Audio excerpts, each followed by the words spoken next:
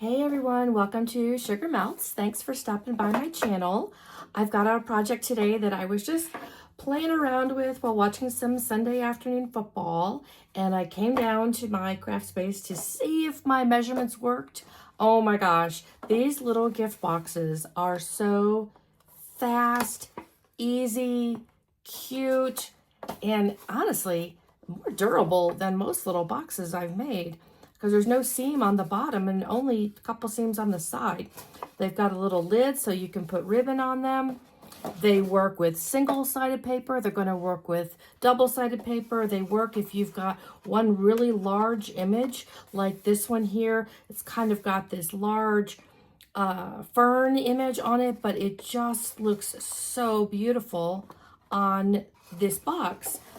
I'm telling you, this box is so easy. The hardest decision you're going to have is deciding which side goes on the outside. So here's another one I made. Again, they can be directional, they can be single-sided. So this is a great way, especially if you have paper that, what's the word? It's just maybe not your style. It came in a paper pack, it's kind of loud, it's kind of bright, it's kind of dull. Whatever the issue is with it, it's not your favorite, this project brings it together really fast in a super cute, easy box. Okay, so all you're going to need is a piece of paper, and we're going to do this with an 8x12. That's what I use to get this box, which is 4 inches by 3 inches by, I think, 2 inches high. So it's 2 inches high too. I mean, that's a great size. Okay, let me grab my scoreboard. Okay, so take your 8x10, and I start with the 8 inches across the top, and we're just going to make that 2 inches over here on the left side, and then 2 inches on the right. And this, again, beautiful paper, but not something I have any idea what to do with. So now I'm going to turn it into a really cute box. Once again, we're going to do 2 inches. And then 10 inches, so that gives you the 2-inch border. So now you've got the 2-inch border all the way around. And to create the 2 inches for the back of the box, we're going to go into 5 by 7. Honestly, my only limitation is the size of the paper, because it comes, 12 inches. This is 12 inches. I can't really make it any taller than that to get these dimensions. Okay, done with that. So now what I'm going to do is I'm just going to fold. I want this on the outside, this pink tie-dye pattern. Okay, and I'll show you the things that I do.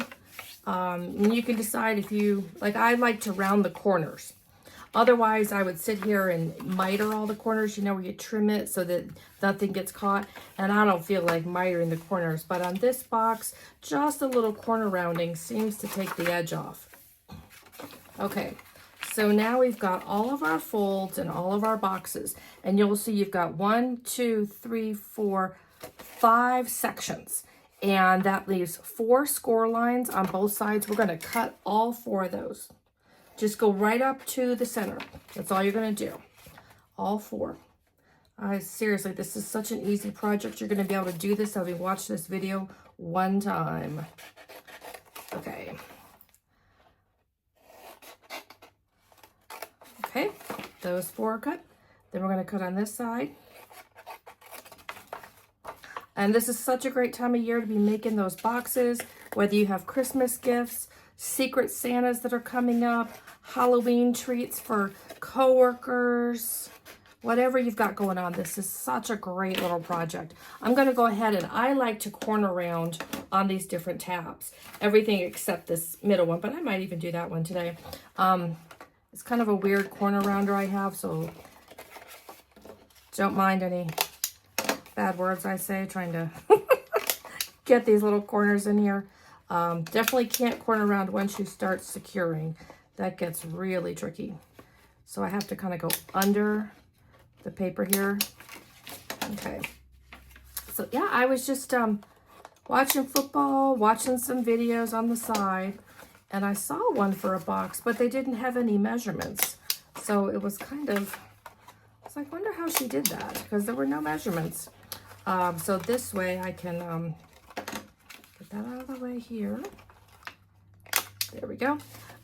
This is just, I thought I can figure this out. I didn't do well in math in high school or college, but I think that's because they did it in like rowboats and oranges. And if they had used paper measurements, if you want to make a box, if you want to make a card, I might have done a lot better. That's just my theory. We'll see. Maybe I wouldn't have.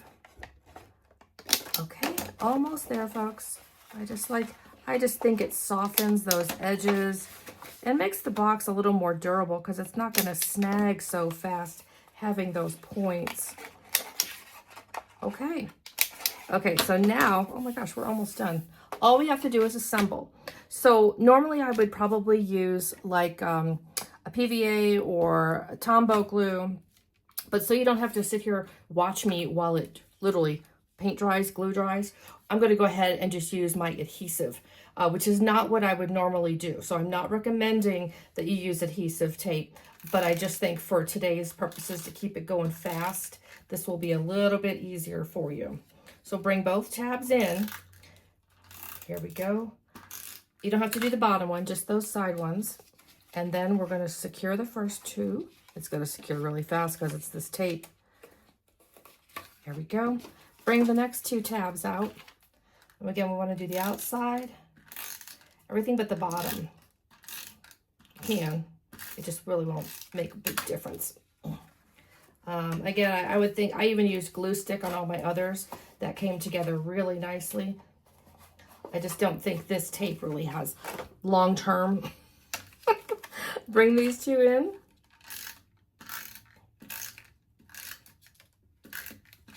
And can you believe this is going to be like a 5-minute video, I think. Okay. Done. And done. And we have our box. That is all it was. Can you believe? An 8x12 that you score 2 and 2 on the 8-inch side. And then when you flip it to the 12, you're going to score it 2, 5, 7, and 10. Trim in your tabs. And then assemble. Look at that. Isn't that super cute? So, hey, hope you found this video fun, and I'll see you soon. Bye.